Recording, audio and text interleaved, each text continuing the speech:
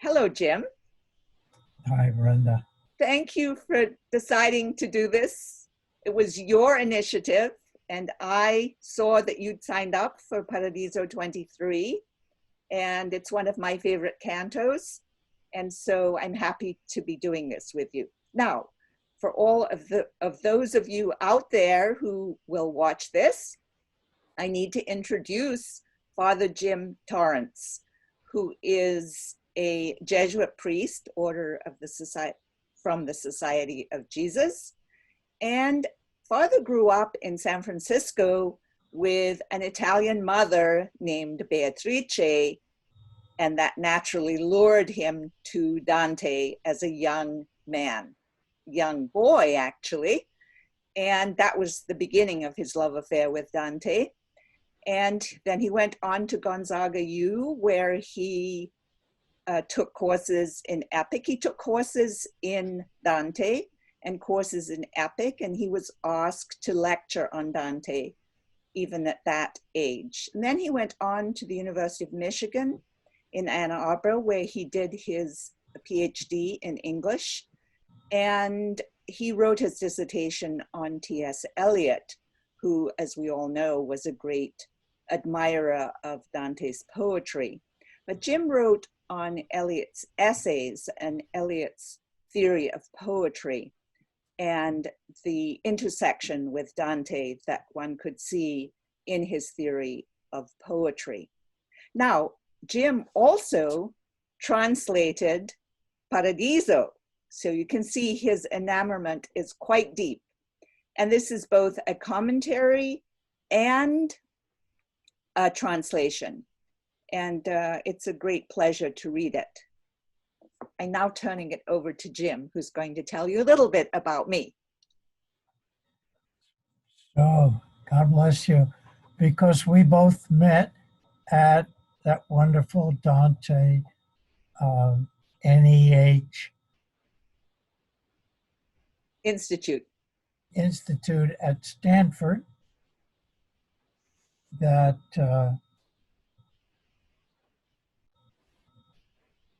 was full of the great Dante scholars and a full range of all of the cantos. And Brenda began her Dante interest and hunger at Wisconsin University as a freshman. And the university had a full range of offerings at the time that you were there, and time allowed her much more acquaintance with Dante, and finally the opportunity to, with her studies in comparative literature, Dante was a staple, a major field of her interest and writing. And so, Brenda, I will let you take us into Paradiso 23 at this moment. Yes, so just to add to that wonderful summer in 1988, when Jim and I first met, it was, yes, a National Endowment for the Humanities Summer Institute focused on Dante with Professor Rachel Jacoff and Bill Stephanie and Peter Hawkins and Kevin Brownlee and Jeffrey Schnapp. And of course, John Frachero was on hand for multiple lectures. So it was, needless to say, a splendid summer where we immersed ourselves in Dante daily, 5 days a week. It was quite a spectacular experience. So I want to talk about the situation with Paradiso 23. So we've just come out of Paradiso 21 and 22, and in 21, Peter Damian, a monk, it's the heaven of the contemplatives, of course, Peter Damian and then Saint Bernard. But Peter Damian has just indicted the papacy. The 21 goes from invective to the rhapsodic of the mystical, of the monks who sing Gregorian chants all day, and yet Peter Damian excoriates the papacy in the most vehement language. And then Saint Bernard in 22, the founder Saint Benedict. I'm sorry, thank you, Benedict. Saint Benedict in 22, the founder of the Benedictine order, which some will argue saved the legacy of the Greco-Roman world. Saint Benedict then indicts the monastic orders, again in the most vitriolic language. So we've gone from that, these two sort of very major figures in the history of monasticism. Then we come into 23, which is in some ways one of the most beautiful cantos in the entire poem. And there is no vitriol here. This is pure rhapsody from beginning to end in one form or another.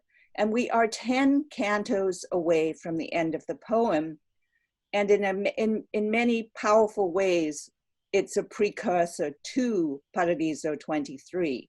So naturally, Jesus, or the divinity, I should say, and Mary play extraordinarily important roles here, just as they do, well, they do throughout the poem, but more specifically here. Now, the poetry in 23, as I said, is some of the most beautiful in the entire poem, as though Dante is saying, look what I can do with poetry when I am talking about the incarnation and Mary and the divinity and all of the wonderful gifts that the divinity has given us, language being one of them. And the language goes from rhapsody to, in other words, from sublime to humble to immanent, of images of immanence to transcendence, all of which these kinds of language registers are parallel in a sense to the incarnation itself, the idea of God becoming flesh, and then of course flesh returning to transcendence. So the whole canto combines this immanence transcendence through language, through the images, through the metaphors, through the similes. And now I want to turn it over to Father Jim.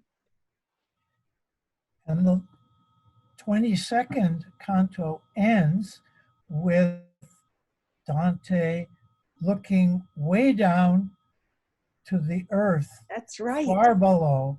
That's right. And he just shakes his head and says, you know, there it is, la piccola aiola che ci fa tanto feroci. That's right. The little threshing floor that makes us so ferocious. Yes, that's right. So here we are now, beginning Canto 23, and it starts off as if in a medieval love poem, the Alba, where a lark or other bird is a wake-up call for furtive lovers, and reversing a little the, what should we say, undercover sinfulness. Here is Beatrice, Dante's guide, with eyes full of gladness as she looks up eagerly at the saints who are all gathering at this point in this uppermost of the revolving circles. And here's what we hear. Come l'augello entra l'amate fronde con ardente affetto il sole aspetta, fisso guardando pur che l'alba nasca, così la donna mia stava eretta e attenta, just as the songbird among beloved boughs with affection's ardor awaits the sun, looking intently for the birth of dawn, just so my lady stood upstretching and attentive. And then, not too much later, there's the high point, dramatic high point, the dawning of the sun, not at the horizon, but at the zenith, because it is Christ himself coming down in that form from beyond where he lives. And a lightning bolt of illumination comes from him to daze Dante. And at the same time, to give him a special power within this realm, in this preview of the divine vision. It blazed so bright into my eyes, Dante says, that I could not sustain it. Oh, Beatrice, my sweet beloved guide, oh, Beatrice, dolce guida e cara. And readers, listeners, love that line, that last line. And she says, in her no-nonsense way, open your eyes and notice how I am. You have seen things that make you capable of holding up under my smile. Apri gli occhi e riguarda qual son io. Tu hai vedute cose che possente sei fatto a sostener l'oriso mio. It's wonderful. She has to shift Dante's attention off of her face pretty soon afterwards. And she asks, why does my face so enamor you that you're not turning to the fair garden which blossoms under the beams of Christ, the saints? Perché la faccia mia si t'innamora che tu non ti rivolgi al bel giardino che sotto I raggi di Cristo s'infiora. And he says, see there the rose in whom the divine word became flesh. The Virgin Mary, the mystical rose, the fair flower I invoke constantly morn and eve. What do you have to say about that? Well, I think that's, as I said, a marvelous segue into what I might be able to say. Certainly that looking down there or looking up is part of the outside of the mind experience that Beatrice is encouraging Dante to have, and which he uses language in order to convey, because he has no other means to convey that which is outside of the mind except poetry. That's the only way he can do it. We could do it in painting, we can do it in other art works, but to convey that experience of going beyond the mind for Dante can only be done through poetry, and that is what he attempts to do in this canto. And then, of course, he spends much time, 52 lines indeed, on the Virgin herself.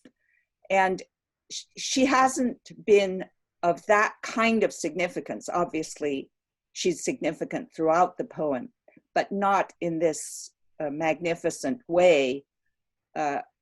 Since Inferno 2, when Virgil explained to Dante that the reason he's being rescued, Dante Pilgrim, the reason he's being rescued is because the Virgin Mary saw him completely lost there. And of course, lost in the woods, this anti-Edenic, almost dystopian world that he has created really for himself. He's in the darkness, the wilderness of the soul, absolute wilderness of the soul in Inferno 1, and Virgil arrives and then tells him in Inferno 2, well, the Virgin is the one who initiated your being rescued from that situation. Now in 23, what he does is he turns to many, many images of the Virgin. And again, as I said, when we go from sublime to humble, the Virgin herself represents that humility on the one hand and the sublime on the other. If you think of the incarnation itself, to which Dante refers in the canto, the incarnation itself is a case of humbly accepting what the angel Gabriel, who also appears in this canto, has to say to her. And so she is the recipient of the word of God. So the Virgin here is presented as Regina Coeli, the Queen of Heaven, which is a very hieratic idea based on, I mean, it's ancient, it's based on Greek Byzantine images of the Virgin. She can be giving milk in those images, but she is still the Queen of Heaven. And she can also be, so she's in those images of Regina Coeli, she's also Madonna del Latte, the mother of the milk. And that mother of the milk image, also referred to in this canto, is a very ancient image. It occurs in the catacombs. So it's very, very early in Christianity, 2nd century, that Madonna del Latte first appears. So Dante is using these age-old images of the Madonna. Also, he approaches the more vernacular versions of Mary that were becoming more like him, using the vernacular language, the language of women, having Beatrice explain the most erudite theology to him in the Italian language. But here he talks about a simple Madonna, which is like the vernacular Madonnas that were now becoming commonplace in the 13th and 14th century in Tuscany. And that's, yes, a Madonna giving milk. It's also, Dante, the first image, I think, in poetry of Madonna dei Fiori, the mother of the flowers, which becomes a quite common image of Mary in the following centuries, even in the 14th century. But certainly, that's one of the images he gives here. So we have this huge range of, just as we have a huge range of registers, poetic registers in the canto itself, from the sublime to the humble, we have these same images of Mary. And so the Regina Coeli is also one of the Gregorian chant hymns. And Jim is going to sing it. Gregorian chant, of course, is also long listed, existed. Gregorian chant exists to this day, but it existed and was widespread for basically 2,000 years, or more or less. 1400. Jim, you can correct me. He's So going. the angel Gabriel comes, surrounds like a torch with flames, surrounds Mary, and especially crowns her with fire, with love, and flies up then with her. They're going back to the presence of God, the divine presence, really. And the saints as well, they're like burning candles, and the candles bend towards Our Lady as she goes up. And here's the ending of this canto. And like an infant reaching out its arms to Mama, all those white splendors were reaching upward with their fiery tips, singing Regina Caeli with such sweetness. Regina Caeli, laetare, Alleluia, quiaque meruisti portare, Alleluia, resurrexit sicut dixit, Alleluia, ora pro nobis Deum, Alleluia.